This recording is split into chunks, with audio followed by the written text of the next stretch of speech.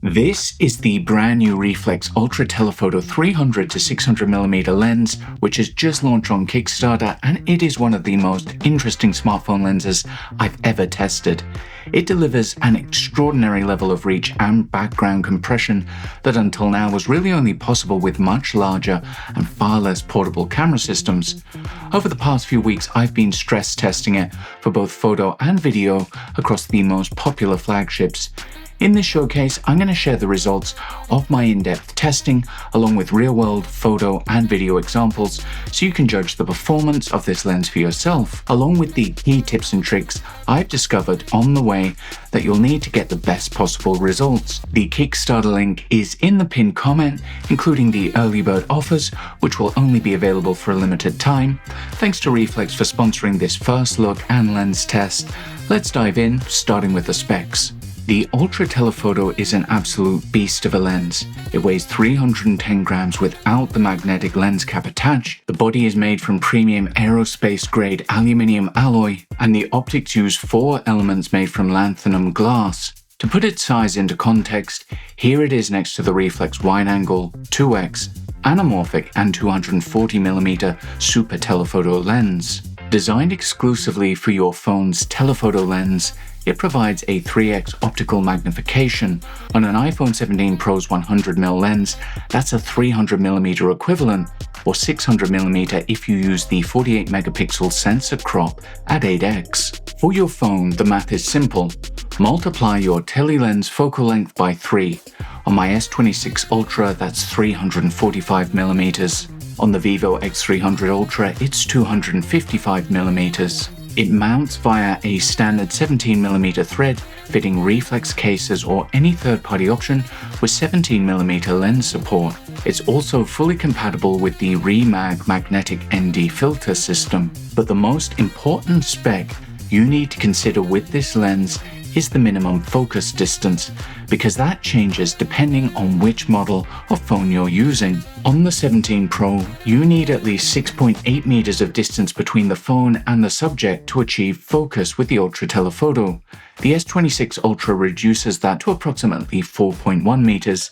The Xiaomi 17 Ultra halves that to 2.1 meters. And the Vivo X200 Ultra is the outlier with a minimum focus distance at just 1.2 meters. So, with the key specs out of the way, we can move on to the thing that matters most with any lens: image quality, performance, and the techniques that will help you actually get the best results from it. I'm going to start with photo performance, and then we'll move on to video, which is where this lens really surprised me. One of the first things you'll notice with the Ultra Telephoto attached, especially in lower light, is that the native camera app won't always switch to the actual telephoto lens when you tap 4x. It says 4x on screen, but in reality, it is often just digitally zooming on the 1x camera. And on the iPhone, you can't reliably force the 4x lens in the native app. So if you want the best results with the Ultra Telephoto, make sure you're using the Reeflex Pro camera app. Not only does it actually use the hardware lens you select, which is critical for image quality, but it also includes some incredibly powerful tools for getting the most out of this lens, including support for Beta RAW as well as 48 megapixel Pro RAW. And once you've selected the tele lens in Reeflex Pro camera, two things become immediately obvious. First, the reach is incredible. Subjects that previously felt impossibly far away are suddenly accessible.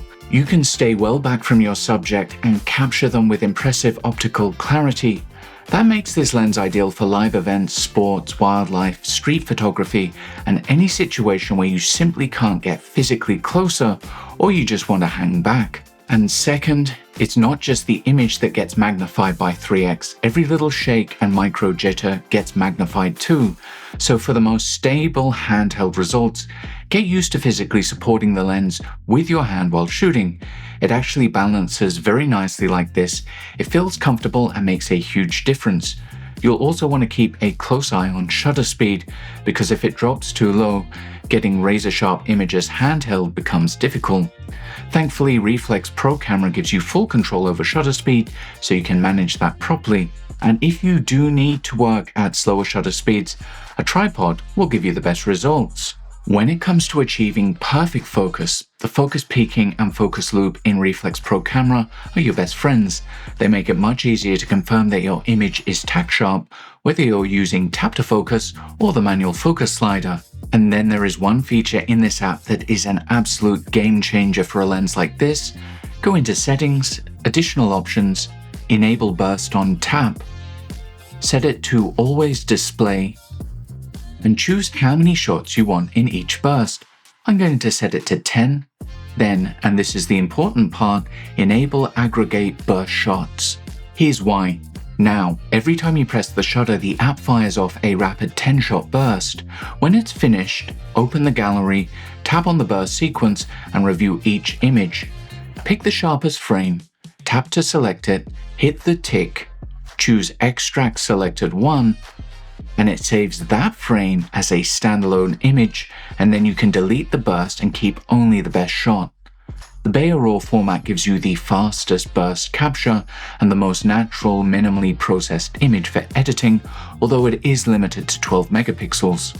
Personally, this is my preferred format, but it only works with hardware lenses, which is why the 8x virtual lens isn't available in that mode.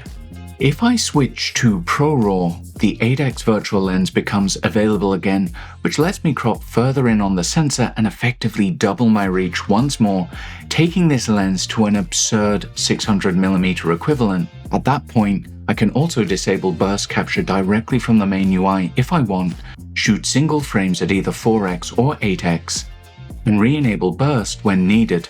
Reflex Pro camera isn't available on Android, but Samsung's Pro Photo Mode and Expert RAW both provide manual controls and hardware lens selection. The caveat is that their RAW formats aren't truly untouched RAW files. They still include a lot of image processing, so if you're an imaging purist and want something closer to the iPhone's Bayer RAW workflow in Reflex Pro camera, then MotionCam Pro is the best option. It offers a robust photo mode with full manual controls and can produce gorgeous raw images with zero image processing applied, giving you complete freedom in the edit to dial in the perfect look. And the same applies to nearly all Android phones, including Vivo and Xiaomi, both of which offer Pro modes in the native app and full MotionCam Pro compatibility. The thing I love about lenses for any camera is that they force you to view the world from a new perspective and find ways to play to its strengths. And this sort of reach isn't something I thought would be ever available on a smartphone, at least not optically and at such quality. And now we come to my favorite topic, video. I'm a filmmaker after all, and you could be forgiven for assuming that this is a complete no-go for filmmakers for one obvious reason: stabilization, or lack thereof. If you think you can just throw this on your phone and shoot stable handheld video that's ready to share, you'll be disappointed. The stabilization on the current generation of tele lenses on smartphones is just not good enough when paired with the Ultra Telephoto lens at 300mm to produce smooth video. No matter how aggressive the digital stabilization is, even Cinematic Extreme on the iPhone 17 Pro isn't enough to produce smooth handheld footage. But this is not a new problem for filmmakers. The same goes for a traditional zoom lens on a cinema camera too. Stable video at such a massive zoom factor is not something that's easy to achieve on any camera, but thankfully, it's easily fixed using 3 common stabilization techniques, all of which apply just as well to the Reflex Ultra Telephoto, and the third and final technique is going to help you capture smooth handheld video with this lens. The first solution is a classic. Just use a tripod. I filmed these shots on the iPhone 17 Pro in ProRes RAW and on the S26 Ultra in Samsung Log with my gloat LUT using an incredibly light travel tripod, and the results are stunning. And this was just an incredible experience. It was the first time I'd been able to film wallabies this close without scaring them away. I was so far back they didn't see me as a threat and were not bothered. The second technique for smooth video with the Ultra Telephoto lens is to use a gimbal. No, your low-end Osmo Mobile or Hohem M7 just won't cut it, but the DJI RS4 Mini or larger is perfect for this sort of rig, which is why I only recommend this gimbal for filmmakers. It can support whatever you throw at it and is easy to balance. And the third and final technique, which is an absolute game changer for this lens and opens up handheld shooting, is to stabilize your clips in DaVinci Resolve. These clips were all shot on the iPhone 17 Pro in ProRes RAW, and the Samsung S26 Ultra, Xiaomi 17 Ultra, and Vivo X200 Ultra in Motion Cam RAW, all handheld from the very back of the venue. Straight out of the camera, you can see there is some shake, but just bring them into Resolve, including the free version. Select your clip, then under stabilization try one of the 3 options available. For stationary shots, perspective and similarity can work wonders. If you're panning and tilting, translation often delivers the most natural results. By using one of these 3 methods, incredible results can be attained. Just practice holding your phone as steady as possible and you can absolutely shoot handheld video with the Ultra Telephoto. And this really was the biggest surprise for me in my testing. I didn't think handheld video would be possible, but it is. And what was funny about this event was after being seated, security wanted to confiscate my camera as no professional cameras are allowed. When I showed them that it was actually my phone, they said, yeah, go ahead, enjoy. I was so far back from the stage, the shots this lens made possible are truly amazing. And I could not capture this on a traditional camera with a zoom lens as they simply were not permitted at the venue. I hope the photos and videos speak for themselves. Channel members on the creator tier get full access to raw sample images and videos, so if you want to support my work and download samples to Pixel Peep, consider joining. I will say that unlike my phone, which goes out of date every year when a new model is announced, like all good glass, this is going to outlast my current device by many, many years.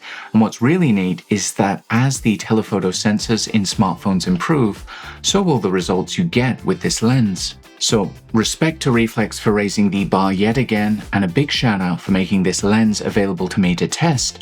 The Kickstarter just launched, and so if you're interested in backing the Ultra Telephoto lens and taking advantage of these special early bird offers, then follow the link in the pinned comment. And if you're watching this after the Kickstarter campaign has ended, you'll find a link to the Reeflex store, and you can save 10% with the code EPIC10. I hope you enjoyed this video. If you did, please give it a like, share, and subscribe to the channel, and let me know if you have any questions or thoughts in the comments, and I'll see you in the next one. Thanks for watching. Bye.